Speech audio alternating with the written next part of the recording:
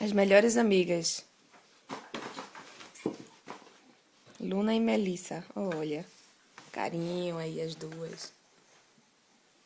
Melissa quer pegar em tudo no mesmo tempo. Não. Não aprende que ela só tem duas Não, mãos. não.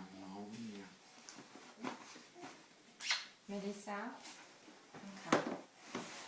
Eita, ó, cuidado com a mamadeira aí com Luna. Calma.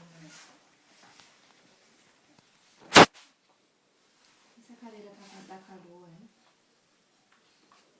Abre a janela, mamãe. Tá frio lá fora. Se refresca.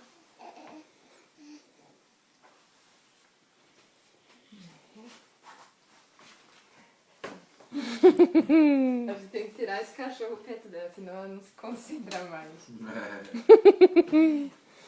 Né, fofa? Né, minha fofa? É aqui, ó.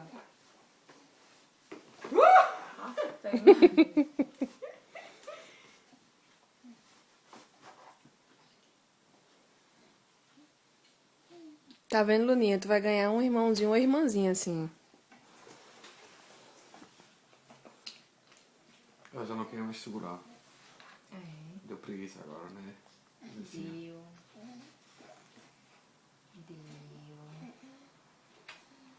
Então pronto, vamos botar. O carrinho é uma resenha, que ela levanta mesmo. Eu tenho que baixar mais. Ó, não. Ele não baixa, não. Não baixa mais não? Isso é o máximo de baixar. É pra aprender a se sentar, né? Não.